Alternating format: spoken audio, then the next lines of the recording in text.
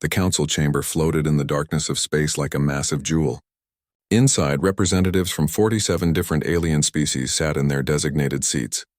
The air hummed with translation devices that turned thousands of different languages into something everyone could understand. Today was Judgment Day for Earth. Ambassador Sarah Chen stood alone in the center of the circular room. Above her head, holographic images showed scenes from Earth. Wars, pollution, conflicts, arguments in the United Nations. The images were carefully selected to show humanity at its worst. The High Chancellor, a being that looked like flowing water held in an invisible container, spoke first. Humanity of Earth, we have studied your species for 50 of your years. We have watched. We have analyzed. We have debated. Sarah stood perfectly still. She wore a simple black suit. Her face showed no emotion. Around her, the alien representatives whispered to each other in their various languages. Some looked at her with pity, others with disgust, a few with something that might have been fear. Your species is too violent, continued the Chancellor. In the 5,000 years since you discovered fire, you have fought over 30,000 wars. You cannot agree on how to govern a single planet. You argue about everything. You fight over resources, beliefs, land, and ideas that other species resolved millions of years ago. An insect-like representative clicked its mandibles. They even fight over which invisible deity is correct. It is madness, another alien, this one covered in soft purple fur, added its voice. They have nuclear weapons pointed at their own cities. What kind of species threatens itself with extinction? The Chancellor's form rippled. But that is not why we gathered today. Violence can be managed. Aggression can be controlled. No, the true danger of humanity lies in something else. Something we have never seen in any species that reached the stars. Sarah finally spoke. And what is that? Adaptation, the Chancellor said. The single word echoed through the chamber. Your species adapts too quickly. In just 50 years of observing you, we have watched you go from primitive computers to artificial intelligence. From basic rockets to ships that approach our own technology. You learn too fast. You copy, improve, and innovate at a rate that threatens the stability of galactic civilization. A reptilian delegate stood up. Every species that joins the Council does so after millions of years of slow, steady progress. This ensures stability, order, peace. You humans compress millions of years of development into mere centuries. It is destabilizing. It is dangerous. The Council has voted, the Chancellor announced. The decision is unanimous. Earth and your entire solar system will be placed under containment. A barrier will be constructed around your sun. No ships will leave. No signals will escape. You will have your entire solar system to yourselves. But you will not join the galactic community. Not now. Perhaps not ever. Sarah expected this. Intelligence reports had suggested this outcome for months. Earth's governments had prepared her for this moment. Still, hearing it spoken aloud made it real. When? She asked simply. The barrier will activate in 72 hours. That gives you time to return home. We are not cruel. We will allow all human vessels currently in space to return to Earth. All your people scattered across the near systems will be gathered. Then the containment begins. Sarah nodded slowly. I see. May I speak before I leave? The Chancellor hesitated, then agreed. You may. Thank you, Sarah said. Her voice was calm, almost cheerful. This confused many of the aliens. They expected anger or tears. Thank you for this gift. Gift. The Chancellor's form shimmered with confusion. You are giving humanity something we have never had before, Sarah explained. You are giving us a common purpose, a shared challenge. Throughout our history, humans fought each other because we had no one else to fight. No external pressure to unite us. You are providing that pressure. An alien with too many eyes laughed. You think isolation is a gift? You will be alone, cut off. Your species will probably destroy itself within a few generations. Sarah smiled. It was not a happy smile. It was the smile of someone who knows a secret. You have studied us for 50 years. You have seen our wars, our conflicts, our divisions. But you missed something important. You missed what happens to humans when we are truly threatened, when we face a real challenge. And what is that? The Chancellor asked. We become dangerous, Sarah said softly. Not to ourselves. To the challenge. We stop fighting each other and start fighting the problem. You have seen humans at peace and you are not impressed. You have never seen what humans look like when we actually try. The chamber fell silent. Sarah continued. I have one request. Just one before I leave. What is it? Watch us, Sarah said. Keep your sensors pointed at our solar system. Watch what we build. Watch what we become. Because 50 years from now, or 100 or 500, you will want to remember this moment. You will want to remember that you chose this. The Chancellor said nothing. Sarah turned and walked toward the exit. Her footsteps echoed in the massive chamber. No one stopped her. No one spoke. 72 hours later, the barrier activated. A sphere of energy enclosed Earth's entire solar system. It was beautiful in a way, like a soap bubble in space. Inside, Earth went dark to the outside universe. On Earth, in every city, on every screen, the same message appeared. It was short, simple. We are alone now. Let us show them what that means. In homes and streets, people read the message. Some cried. Some were angry. But slowly, something else grew. Something that had been missing from humanity for a long time. Unity. Purpose. A shared dream. In orbit above Earth, construction had already begun. 50 years passed. The galaxy moved forward without Earth. New species joined the Council. Trade routes expanded. Conflicts arose and were resolved through the proper channels. Earth became a story that older species told to younger ones, a warning about the dangers of unchecked aggression and adaptation. The monitoring stations around the containment barrier reported the same thing every day. Nothing. No signals. No attempts to break through. No communication. The Sol system sat in its bubble of energy, silent and still. On the council world of Vexara, a young researcher named Kilth studied the Earth files. Kilth belonged to a species that had joined the council only 20 years ago. His people were curious by nature, always asking questions. His supervisor, an old reptilian named Seth, did not appreciate this quality. "Why do you waste time on the humans?" Seth asked, his scales clicking in annoyance. "They are contained. They are no longer relevant." "But what are they doing in there?" Kilth asked.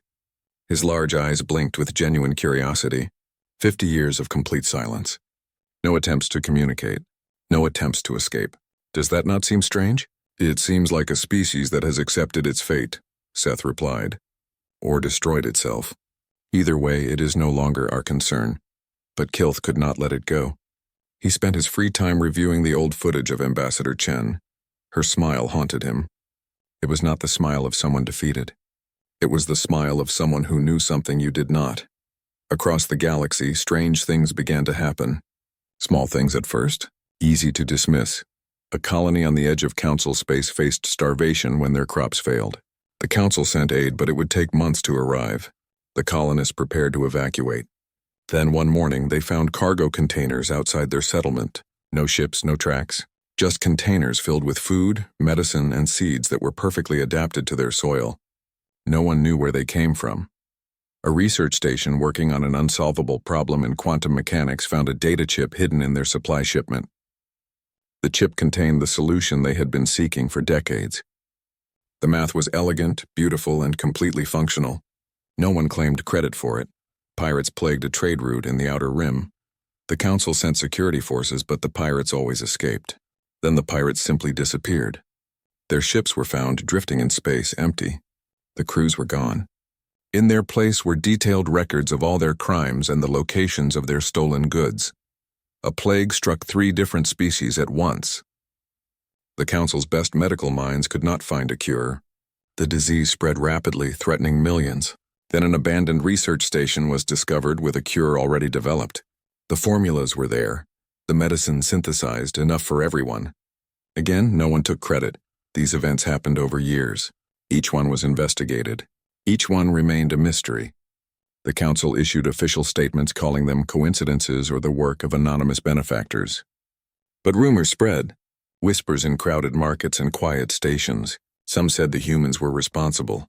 Others laughed at the idea. How could a trapped species affect the galaxy? Kilth noticed a pattern. He spent months compiling data. Every mysterious helpful event happened near a specific type of asteroid. Small ones, the kind that sensors usually ignored. He brought his findings to Seth.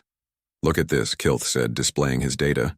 "Every event correlates with the movement of specific asteroids near the location." "Asteroids move," Seth said dismissively. "It is what they do." "But these move in ways that gravity does not fully explain," Kilth insisted. "And look at this." Some of these same asteroids were near the containment barrier before they appeared in other sectors. Seth studied the data more carefully. His scales clicked slowly, a sign he was thinking. That is impossible. Nothing can pass through the containment field. Then how do you explain the correlation? I do not, Seth said. Because I do not believe it exists. You are seeing patterns where there are none. The human containment is working perfectly. It has been for 50 years. But Kilth noticed something else. He pulled up the power consumption data for the containment field. The barrier required enormous amounts of energy to maintain. The original calculations predicted a specific power draw. Kilth compared those predictions to the actual consumption. His eyes widened. Supervisor Seth, you need to see this. The containment field was drawing 40% more power than predicted. It had been increasing gradually over the decades. The monitoring stations assumed it was normal fluctuation or inefficiency in the system, but 40% was not a fluctuation. Where is the energy going? Kilth asked. Seth had no answer. For the first time in his long career, he felt something he had not felt in centuries. Unease. They reported their findings to the council. The response was slow. Bureaucracy moved at its own pace. But eventually, a science vessel was dispatched to investigate the containment field more closely, to scan deeper, to look beyond the surface. What they found changed everything. The containment field was intact. It had never been breached. But it was not keeping the humans in. It was preventing the galaxy from seeing what the humans had built around it. The extra power was not being lost. It was being absorbed by something on the other side. Something that was using the field's energy for its own purposes. The science vessel pushed its sensors to maximum.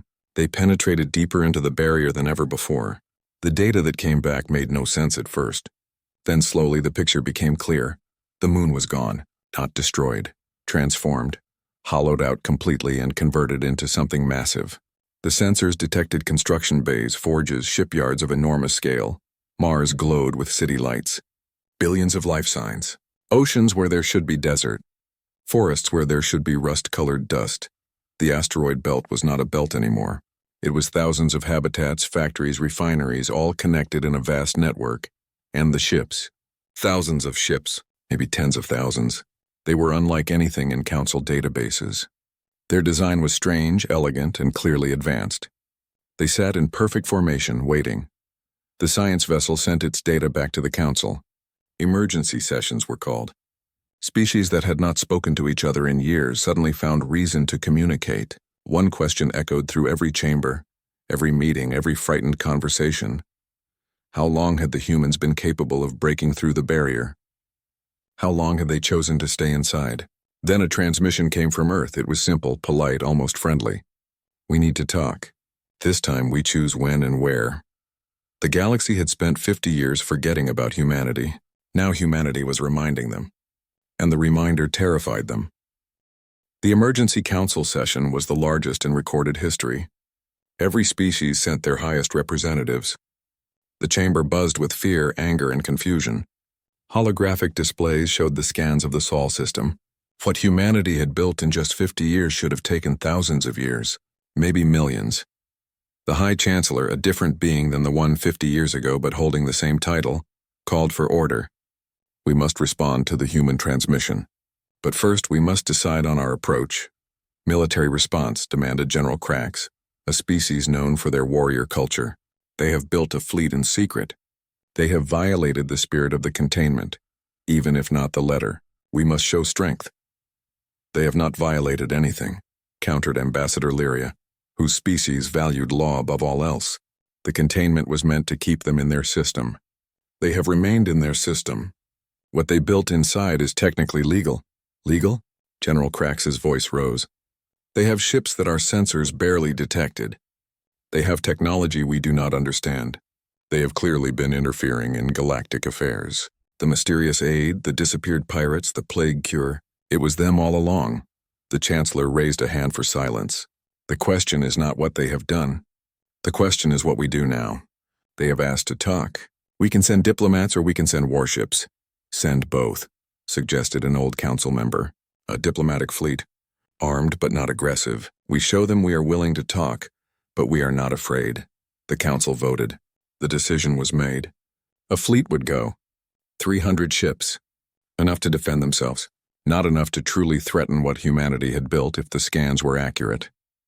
3 weeks later, the fleet arrived at the containment barrier.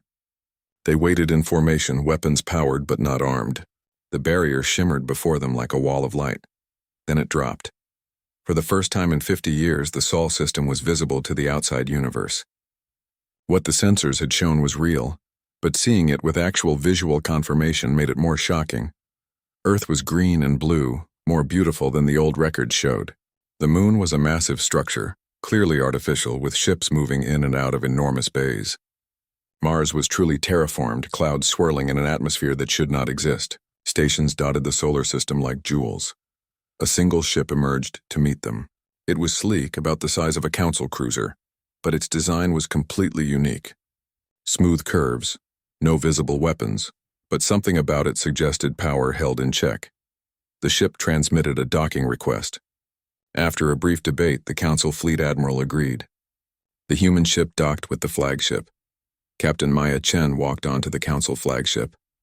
She was the great-granddaughter of Ambassador Sarah Chen. She wore a uniform that was simple but elegant, silver and blue. She smiled the same smile her great-grandmother had smiled 50 years ago. That knowing smile. "Thank you for coming," Maya said. Her voice was warm, friendly, as if greeting old friends rather than the government that had imprisoned her species.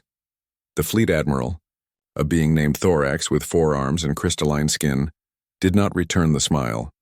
"Captain Chen, your transmission said you wished to talk. The council is listening." "Walk with me," Maya said. "I want to show you something." They moved to the observation deck. Through the large windows, the Sol system stretched out before them. Maya pointed to Mars. 50 years ago, that planet was dead. Red dust and frozen water. Now 6 billion humans live there. They farm, they build. They create art and music and science. We did that in 50 years. Impressive, Thorax admitted, but also concerning. Such rapid development is exactly why you were contained. "I know," Maya said. "You feared our adaptation, our speed, our unpredictability. You thought we would destroy ourselves or threaten the galaxy. But look closer. We did not destroy ourselves. We built." She gestured to a display that showed data streaming across the screen. "We unified. For the first time in human history, we had no major wars, no genocides, no mass starvation. When you gave us a common challenge, we stopped fighting each other and started working together." "Because you were trapped," Thorax said. "Common enemy. Basic psychology." "Yes," Maya agreed. "But the enemy was not you. It was our own limitations. You gave us a system and said, 'This is your cage.' We said, 'This is our laboratory.' Every problem we had ever failed to solve, we solved. Faster than light travel without exotic matter, energy generation from quantum fluctuations, biological aging halted and reversed, artificial intelligence that is truly intelligent and truly safe. We did all of this because we had to." She pulled up another display. This one showed images from across the galaxy.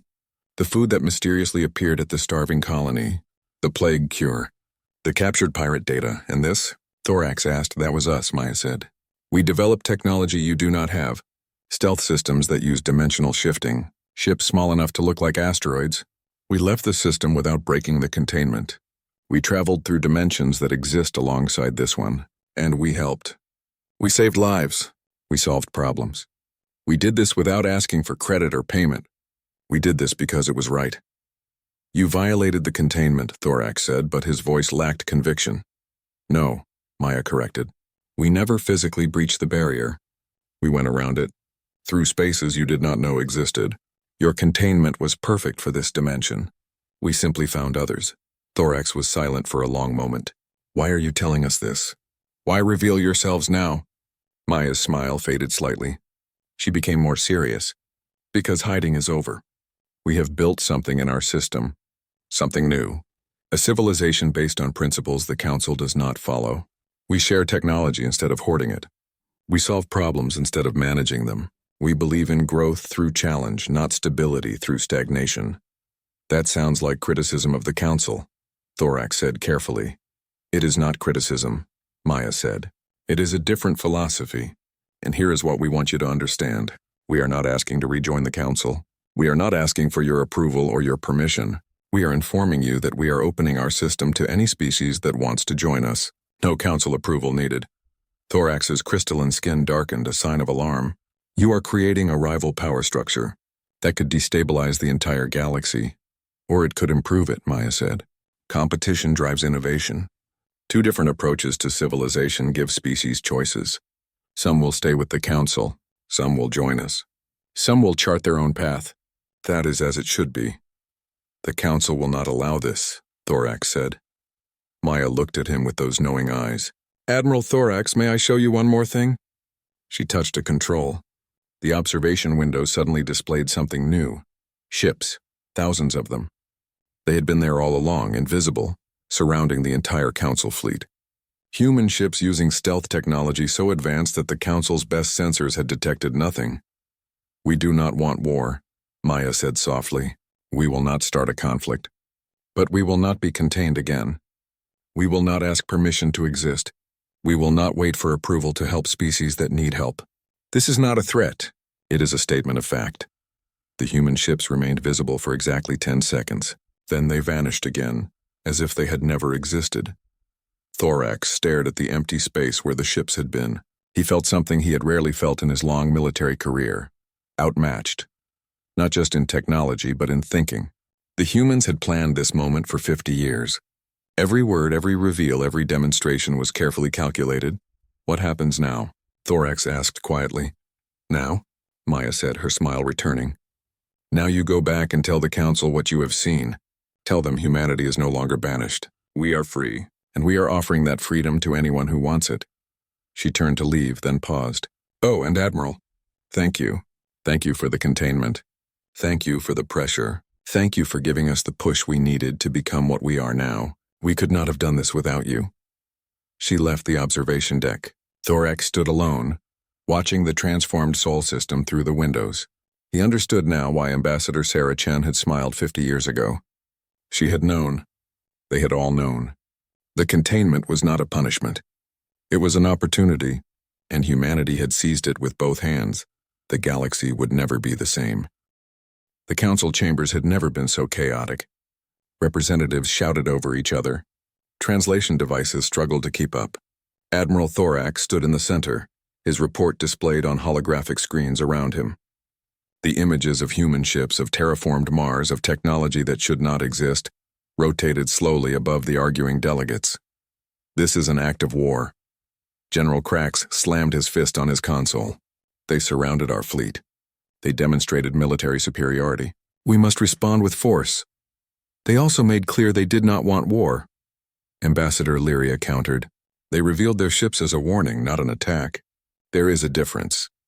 A warning is a threat, Krax growled. The High Chancellor tried to restore order. Please, we must approach this logically. What are our options? Military action, Krax said immediately. Diplomatic engagement, Lyria suggested. Containment reinforcement, offered another delegate. We can strengthen the barrier. Make it impossible for them to use their dimensional technology. Can we? The Chancellor asked, turning to the head of Council Sciences, a floating being of pure energy named Zephax. Zephax pulsed with uncertainty. Unknown. We barely understand what they described. Dimensional shifting? Parallel space? These are theories we abandoned millennia ago as impossible. If they have made them work, our understanding of physics is incomplete.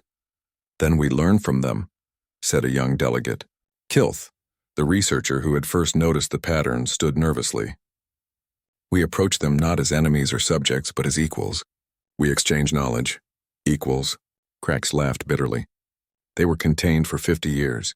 They are children compared to the council species. Some of us have existed for millions of years. And in 50 years, those children surpassed us, Kilth said quietly. The chamber fell silent. The truth of the statement was undeniable. The debate continued for hours. Finally, the Chancellor called for a vote. The question was simple, war or diplomacy? The vote was close. Too close. 47 species, and the result was 24 for diplomacy, 22 for military action, and 1 abstention. The council was divided. We will pursue diplomatic contact, the Chancellor announced. But we will also increase our military readiness. We approach with an open hand, but we keep our shields raised. Across the galaxy, species began making their own decisions. The Council's official stance was diplomacy, but individual species had their own opinions, 3 species.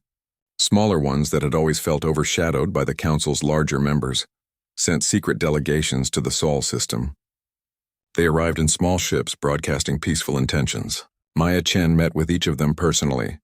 "We want to join you," said the leader of the Quilix, a species of small furry beings. "The Council treats us like children. They ignore our votes. They dismiss our ideas. We have heard what you offer. Choice, growth, respect." "You understand this might anger the Council?" Maya asked. "We do," the Quilix leader replied. "But we are tired of being small. We want to grow. You have shown that growth is possible." Maya smiled. "Then welcome. Welcome to the Terran Collective. We will share what we know. We will learn from you. Together we build something new." Within weeks, 5 species had formally joined humanity's new alliance. They were not the largest or most powerful species, but they were enthusiastic. Human technology began flowing to them. Dimensional drive systems, quantum generators, medical advances. In return, they brought their own knowledge, art, philosophy, different perspectives on problems humanity had not fully solved. But not everyone was happy. General Krax led a coalition of military-focused species. They saw humanity's growing influence as a threat. They began military exercises near human space. Shows of force meant to intimidate. The humans responded by doing nothing. No military buildup. No threatening maneuvers. They simply continued building, teaching, and growing. This made Krax even more suspicious. "They are planning something," he told his allies. "No species shows such restraint unless they are preparing for war." He was wrong. Humanity was not preparing for war. They were preparing for something else entirely. 6 months after the first contact, Maya Chen sent a message to the Council. "Not a threat, an invitation. We are hosting a summit. Any species may attend. We will demonstrate our technology openly. We will answer questions. We will show you what we have built and how we built it. Come, see for yourselves." The Council debated. Was this a trap, a trick? But curiosity won out. Dozens of species sent representatives. Even Krax came, though he brought a battle group with him. The summit was held on Luna, in the massive structure humanity had built inside the moon. Representatives walked through corridors that defied their understanding of engineering. They saw factories that produced materials thought impossible. They observed medical facilities where humans extended their lives far beyond natural limits. But the most impressive demonstration came in a massive auditorium carved from the moon's rock. Thousands of representatives sat in attendance. Maya Chen walked onto the stage. "Thank you for coming," she said. "Today I want to show you what humanity has learned. Not with words, but with demonstration." The lights dimmed. A holographic display appeared showing Earth as it was 50 years ago. Divided, struggling, polluted.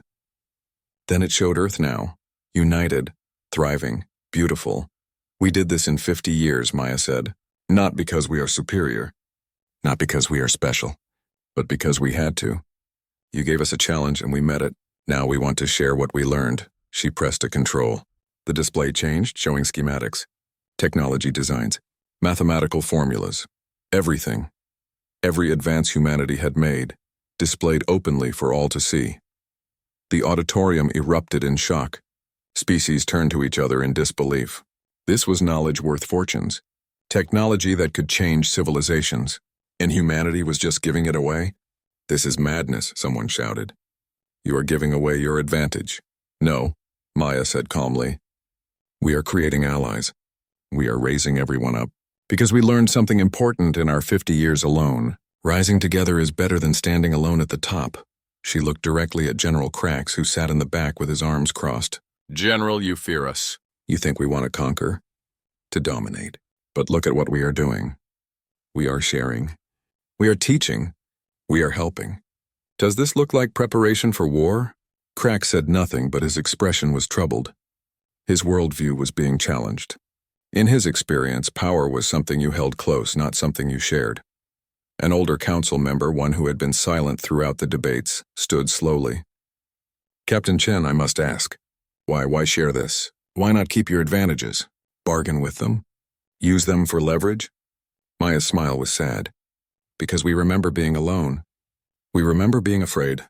We remember feeling like the galaxy had given up on us. We do not want anyone else to feel that way. If we can help, we help. It is that simple. Nothing is that simple, the old delegate said. It is for us, Maya replied.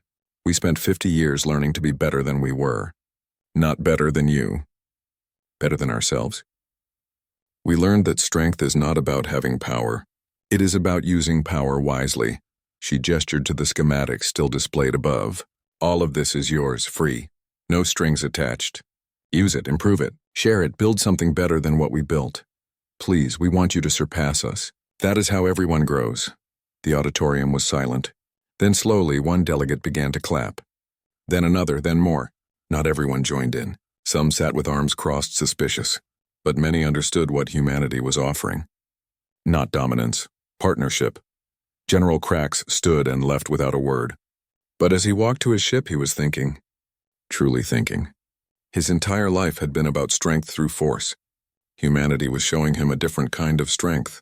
One he did not fully understand. One that made him deeply uncomfortable. Back on Luna, Maya watched the delegates file out. Some were excited. Some were suspicious. Some were confused. That was fine. They would figure it out. Humanity had 50 years to learn these lessons. Other species would need time too. She touched her earpiece. Status report? The data is being downloaded, came the reply. Thousands of species accessing the files. Some are just copying. Others are already asking questions, wanting to learn more. Good, Maya said. Very good. Now we see what the galaxy does with knowledge freely given. Now we see who wants to grow. Outside in the vast darkness of space, human ships continued their patrol. Invisible, watchful, ready to defend if necessary, but hoping it would never be necessary, because humanity had learned one final lesson in their 50 years of isolation. Peace built through strength and generosity was stronger than peace built through fear. And they were going to prove it. 2 years had passed since the summit. The galaxy had changed in ways no one could have predicted. The council still existed, but it was different now. Smaller. 20 species had left to join the Terran collective. Others remained in the council but maintained close relationships with humanity. The old guard, the species that had ruled the galaxy for millions of years, found themselves increasingly isolated. General Krax sat in his office, staring at reports. His species had not joined the Terran collective. They had remained loyal to the council. But even among his own people there was debate. Young warriors talked about human combat techniques. Scientists studied human technology. Artists were inspired by human creativity. We are losing the cultural war, his aide said. Even if we never fight a battle, we are being defeated. Krax nodded slowly. Because they are not fighting. They are offering. And it is harder to fight someone who offers you gifts. What do? We adapt, Krax said. The word felt strange in his mouth.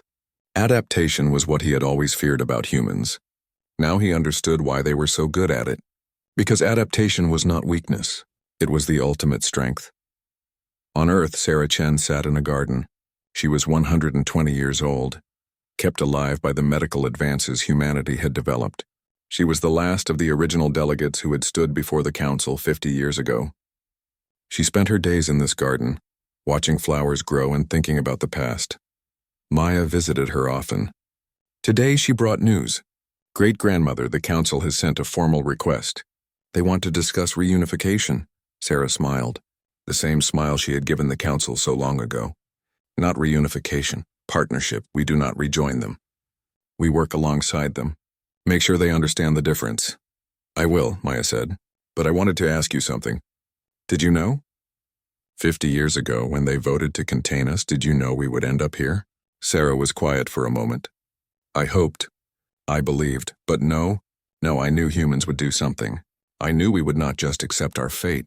But what we actually accomplished exceeded even my hopes. What was the key? Maya asked. What made the difference? Unity, Sarah said simply. For the first time in our history, we all wanted the same thing. We all worked toward the same goal. No nations. No borders. No ideological wars. Just humans working together to prove we were worthy of the stars. And we proved it, Maya said. We proved more than that, Sarah said. We proved that being banished was the best thing that could have happened to us. We proved that limitation can be liberation, that pressure creates diamonds, that being told we could not join made us build something better than what we would have joined. She looked up at the sky, where stars were beginning to appear in the evening. The council thought they were punishing us. They were teaching us. They gave us the gift of necessity. Maya sat beside her great-grandmother. The new project is almost ready. The Ark ship. It will launch in 6 months. Sarah's eyes lit up. To Andromeda? Yes, a ship designed to cross the intergalactic void. It will take 200 years, even with our drives. But it will carry 20,000 humans and representatives from 15 other species. A true cooperative mission. And the council approved? They did not approve or disapprove, Maya said. We did not ask. That is the new reality. We are partners, not subjects. We inform them of our plans, we listen to their concerns, but we make our own decisions. Sarah laughed. It was a joyful sound. That is what I wanted. That is what I hoped for. Not dominance. Not submission. Partnership between equals. On the council world, the High Chancellor met with the remaining delegates. The chamber was less full than it used to be. Empty seats marked the species that had chosen to leave. We must face reality, the Chancellor said. The galaxy has changed. The old order is gone. We can either change with it or become irrelevant. You suggest we give in to the humans? An old delegate asked. I suggest we learn from them, the Chancellor replied. They have shown us a better way. Not perfect, but better. More dynamic, more inclusive, more willing to take risks and grow. But we are millions of years old. Another delegate protested. We have stability, order, peace. We have stagnation, the Chancellor said. It was a harsh word, one never spoken aloud in council chambers. We have been peaceful for so long that we forgot how to grow. The humans reminded us that growth requires risk, challenge, change. So what do you propose? Reform, the Chancellor said. We change how the council works. We make it more democratic, more flexible, more willing to try new things. We become partners with the Terran collective, not rivals. We learn from each other. The vote was called. It was not unanimous, but it passed. The council would reform. It would change. It would grow, because if it did not, it would die. 6 months later, the Ark ship launched from Earth. It was massive, the size of a small city. Its hull was covered in art from dozens of species. Images of hope, dreams, possibilities. Maya stood on the observation deck of Luna watching the ship accelerate. Beside her stood representatives from the council, from the Terran collective, and from independent species that belonged to neither. It is beautiful, said Ambassador Lyria. It is hope, Maya replied. Hope that we can reach further. Dream bigger. Become more than we are. What if it fails? Someone asked. Andromeda is so far. So much could go wrong. Then we learn from the failure and try again, Maya said. That is what we do. That is what we have always done. The ship vanished into the darkness, its engines creating a brief flash of light before it entered dimensional space, gone but not forgotten. It carried with it the dreams of billions. On Earth, in her garden, Sarah Chen sat with a tablet. On it was a live feed from the ship. She watched young faces, human and alien, looking forward into the unknown.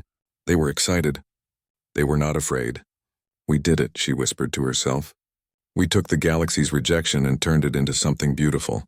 Behind her, a memorial stood. It was simple, a stone pillar with words carved into it. The inscription read, "Here stood humanity on the day the galaxy said no." We thanked them for teaching us we needed no one's permission to become extraordinary. Below that, a second inscription had been added recently. They banished us to one system. We showed them one system was enough to change everything. Sarah smiled. Her work was done. The next generation would carry the torch. They would face new challenges, make new mistakes, learn new lessons, but they would face it all together, united, strong, free. In orbit, construction continued on yet another project. A telescope array powerful enough to see across the entire universe. A communication network that would span galaxies. A school that would teach species from hundreds of worlds. Humanity never stopped building, never stopped dreaming, never stopped growing. Because 50 years ago, the galaxy had taught them a lesson. Not the lesson they intended, but the lesson humanity needed. When the universe says no, when doors close, when barriers rise, humans do not give up. They do not surrender. They smile. They get to work. They build something better than what they were denied. General Crack stood on his homeworld watching a news broadcast. Human ships had just saved a council colony from a natural disaster. They had responded before the council's own ships could arrive. They had asked for nothing in return. Why do they help us? Crax asked his aide. We opposed them, voted against them, threatened them. Why help? His aide, a younger warrior who had studied at a human academy, replied, because that is who they are now. They learned that strength without compassion is empty. That power without purpose is meaningless. They help because they can. It is that simple. Crax nodded slowly. He was beginning to understand. Finally, after all this time, he understood what Sarah Chen's smile had meant. It was not the smile of someone defeated. It was not the smile of someone planning revenge. It was the smile of someone who knew a secret. The secret was this. Being told you cannot do something is the greatest motivation to do it anyway. Years passed. The galaxy continued to change. The Council and the Terran Collective worked together, sometimes arguing, often disagreeing, but always talking. New species joined the galactic community. Old problems were solved. New challenges emerged. And through it all, humanity kept building, kept growing, kept reaching for the stars. Because 50 years ago, the galaxy had banished Earth. They had watched, expecting to see humans destroy themselves. Instead, they saw humans build a civilization that would echo across the universe for millennia to come. They had watched the ashes, expecting to see death. Instead, they saw humans smile and build a phoenix. In the end, the galaxy learned what humans had always known. You do not defeat humans by putting barriers in their way. You only teach them how to jump higher. And humans, when properly motivated, could jump all the way to the stars. The story was not over. It was just beginning.